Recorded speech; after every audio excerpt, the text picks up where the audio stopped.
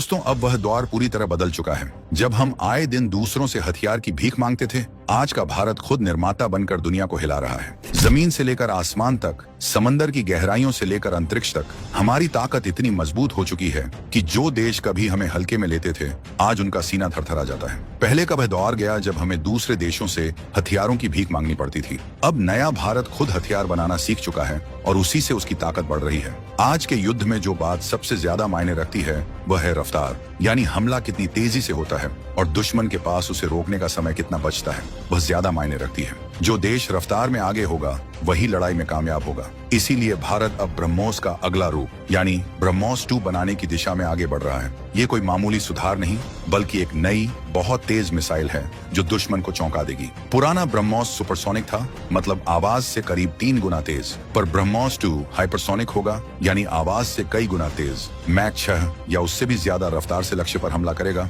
इससे दुश्मन को समझने संभालने का समय नहीं मिलेगा और हमला बहुत तेजी से लक्ष्य तक पहुंच जाएगा। इसे समझने के लिए मैं आसान शब्दों में बताता हूं कि मान लीजिए कोई मिसाइल दिल्ली से किसी दूर शहर तक पहुंचने में पुराने ढंग से कई घंटे या मिनट ले लेती थी, पर अब ब्रह्मोस 2 जैसी मिसाइल मिनटों में ही लक्ष्य पर पहुंच जाएगी। इतनी तेजी कि रडार और काउंटर डिफेंस सिस्टम काम ही नहीं कर पाएंगे। सादी भाषा में, जब यह मिसाइल बहुत तेज चलती है तो उसके चारों ओर गर्म गैस का एक छल्ला बन जाता है। इसे प्लाज्मा बादल कहते हैं। यह बादल रडार की सिग्नल को रोक देता है, इसलिए रडार पर मिसाइल दिखती ही नहीं और दुश्मन के पास उसे पहचान कर रोकने का वक्त ही नहीं बचता। यही तकनीक रूस की उस मशहूर जरकॉन मिसाइल में भी दिखी है और अब वही सिद्धांत अगर ब्रह्मोस 2 में लग जाएगा तो इसका असर बहुत बड़ा होगा। अब आप पूछेंगे कि यह सब अचानक क्यों जरूरी हो गया? इसका जवाब है हमारे अनुभव। मई 2025 में हमने जो ऑपरेशन सिंदूर किया उसने दिखा दिया कि हमारी ब्रह्मोस मिसाइल कितनी सटीक और असरदार है।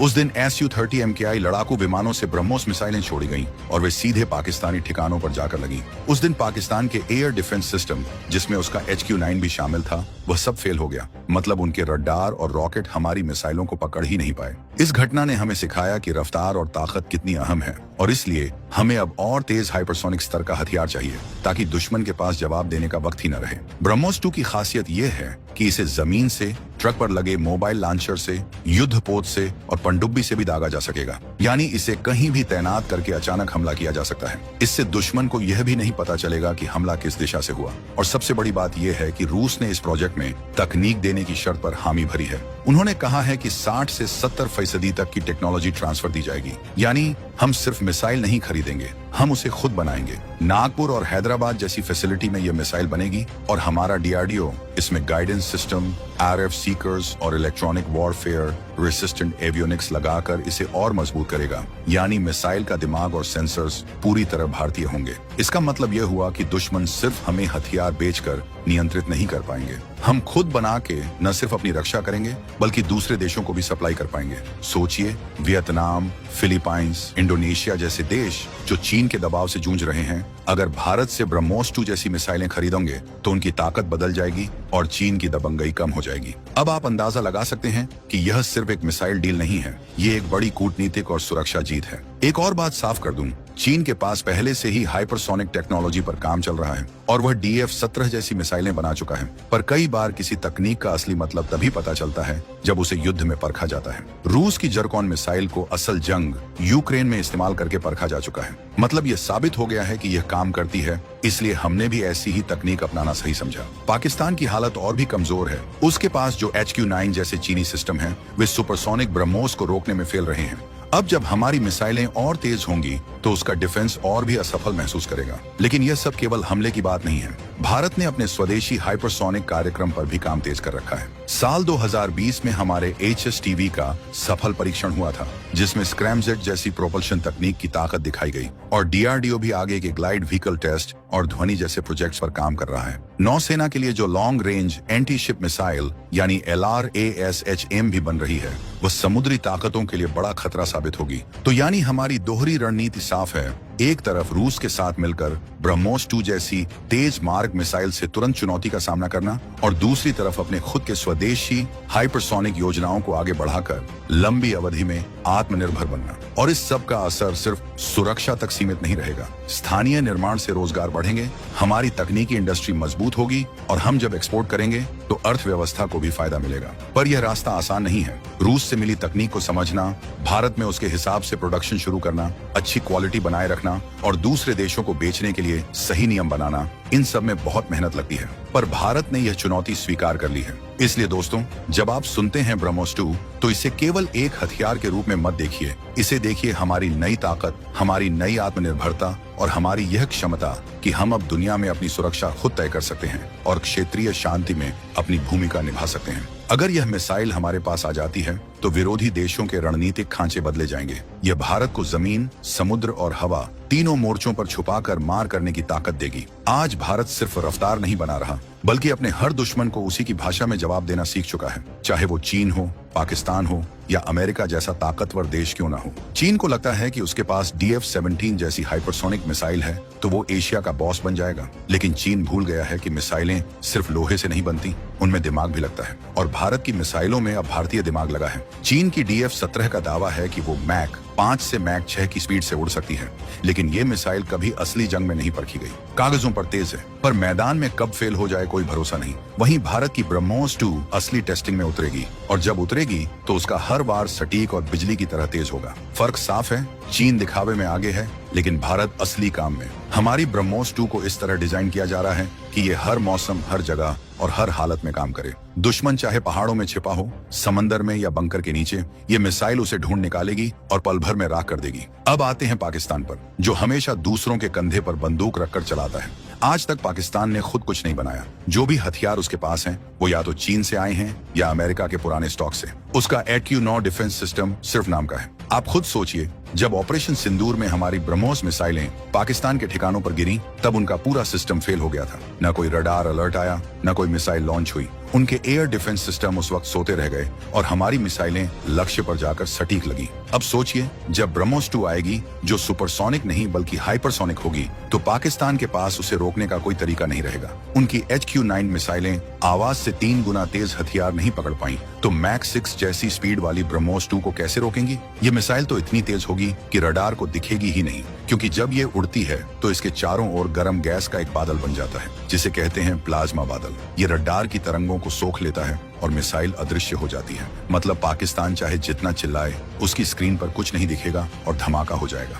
अब बात करते हैं अमेरिका की, जो खुद को दुनिया का सबसे बड़ा रक्षक बताता है। उनके पास भी कई तेज मिसाइलें हैं, जैसे AGM-183A, जो हाइपरसोनिक कही जाती है, लेकिन ध्यान दीजिए, वो अब तक अधूरी है। उसके कई टेस्ट फेल हो चुके हैं। वहीं भारत धीरे धीरे लेकिन ठोस कदमों से बढ़ रहा है। हम पहले सुपरसोनिक में सबसे सफल रहे, अब हाइपरसोनिक में उतर रहे हैं। और फर्क ये है कि अमेरिका की मिसाइलें अरबों डॉलर में बनती हैं, जबकि भारत वही क्षमता आधे खर्चे में हासिल कर रहा है, क्योंकि हमारे पास है जुगाड़ और ज्ञान का मेल। अब ये भी समझिए कि ब्रह्मोस 2 सिर्फ हवा में उड़ने वाली मिसाइल नहीं है, ये भारत की स्मार्ट वॉर स्ट्रेटेजी का हिस्सा है। इसे ट्रक से, युद्धपोत से, पनडुब्बी से, यहाँ तक कि किसी मोबाइल लॉन्चर से भी दागा जा सकेगा। मतलब दुश्मन को पता ही नहीं चलेगा कि वार किस दिशा से आया, और जब दुश्मन समझेगा तब तक सब खत्म। चीन के पास भले ही DF-17 हो, लेकिन वो उसका इस्तेमाल अपने पड़ोसी देशों पर दबाव डालने के लिए करता है। वो फिलीपींस, वियतनाम और इंडोनेशिया जैसे देशों को डराने की कोशिश करता है। लेकिन अगर वही देश भारत से ब्रह्मोस 2 जैसी मिसाइलें खरीदेंगे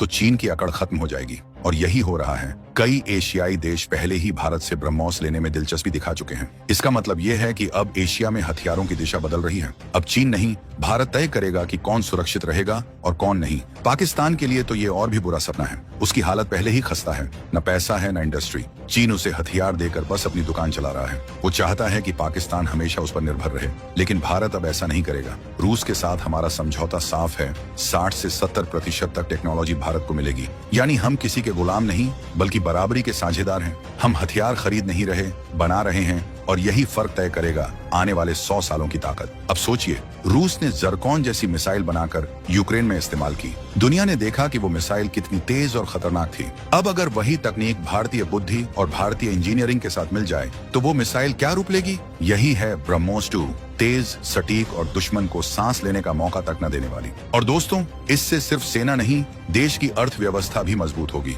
नागपुर और हैदराबाद में बनने वाली इन मिसाइलों से हजारों लोगों को रोजगार मिलेगा। जब हम खुद बनाना सीखेंगे तो दूसरे देशों को बेचकर विदेशी मुद्रा भी कमाएंगे। मतलब हथियार भी अपने, पैसा भी अपना और फैसला भी अपना। अब कल्पना कीजिए, भारत के पास जमीन, आसमान और समंदर तीनों जगह से हाइपरसोनिक वॉर करने की ताकत होगी। इसका मतलब ये है कि अगर कल चीन ने लद्दाख में या पाकिस्तान ने पंजाब बॉर्डर पर कोई हरकत की तो हमारे पास जवाब देने के लिए सिर्फ मिनटों की जरूरत होगी। और वो जवाब ऐसा होगा जो सीधे दुश्मन के दिल में डर बैठा दे। अमेरिका चाहे जितना उन्नत हो, लेकिन उसे ये समझना होगा कि भारत अब किसी के पीछे खड़ा नहीं रहेगा। अब हम किसी के क्लाइंट नहीं हैं, अब हम खुद निर्माता हैं। पहले वो हमें टेक्नोलॉजी नहीं देता था, अब हमारे वैज्ञानिक खुद ऐसी टेक्नोलॉजी बना रहे हैं जिससे अमेरिका को भी सोचना पड़े कि भारत को हल्के में लेना भूल होगी। भारत अब सिर्फ रक्षा नहीं, आक्रामक रणनीति में भी आगे बढ़ चुका है। लेकिन हमारी सोच में फर्क ये है कि हम किसी पर कब्जा करने नहीं, बल्कि अपनी आजादी की रक्षा करने के लिए तैयार हैं। यही हमारी ताकत है और यही हमारे सैनिकों का गर्व। चीन और पाकिस्तान को अब डर सिर्फ हमारी मिसाइलों से नहीं, बल्कि हमारी आत्मनिर्भरता से है। क्योंकि जब कोई देश खुद अपने हथियार बनाने लगता है, तब वो किसी के सामने झुकता नहीं। अमेरिका की कंपनियां अरबों डॉलर लेकर जो सिस्टम बनाती हैं, उसे भारत अब अपने वैज्ञानिकों के दिमाग से आधे पैसे में बना रहा है। और यही बात अमेरिका को भी चौकन्ना कर रही है कि भारत अब सिर्फ साझेदार नहीं, बल्कि प्रतियोगी बन चुका है। तो दोस्तों, साफ समझ लीजिए, अब ताकत की परिभाषा बदल चुकी है। पहले जिसके पास डॉलर होता था, वही ताकतवर कहलाता था। अब जिसके पास स्वदेशी तकनीक है, वही असली ताकतवर है। भारत अब उस मोड़ पर खड़ा है जहां चीन डरता है, पाकिस्तान कांपता है और अमेरिका भी सावधान रहता है। क्योंकि भारत अब दुनिया की डिफेंस फैक्ट्री बन चुका है। और जब भारत अपने हिसाब से युद्ध की रणनीति तय करेगा, तब कोई भी सुपर पावर हमारी बात नजरअंदाज नहीं कर पाएगा। ये ब्रह्मोस सिर्फ एक मिसाइल नहीं, बल्कि भारत का ऐलान है कि अब हम किसी के आदेश से नहीं, अपने दम पर चलेंगे। जो हमें रोकने की कोशिश करेगा, उसे हमारी रफ्तार का अंदाजा भी नहीं लगेगा। इंजीनियरों और सैनिकों की मेहनत का नतीजा है। और जब यह सब पूरी तरह से साकार होगा, तो देश के हर नागरिक को गर्व होगा। क्योंकि हमारा भारत सिर्फ रक्षा की राह पर नहीं, बल्कि दुनिया में एक मजबूत, आत्मनिर्भर और सम्मानित शक्ति बनने की राह पर आगे बढ़ रहा है। और अंत में दोस्तों, यही कहूंगा कि ये सब हमारे वैज्ञानिकों, इंजीनियरों और सैनिकों की मेहनत से मुमकिन हुआ है। उन्होंने दिन रात एक करके वह किया जिसे पहले नामुमकिन कहा जाता था। तो दोस्तों, अब आप ही बताइए, क्या भारत को दोस्त रूस के साथ मिलकर ब्रह्मोस 2 मिसाइल पर काम करना चाहिए या नहीं? अपनी राय हमें कमेंट में जरूर बताइएगा। धन्यवाद।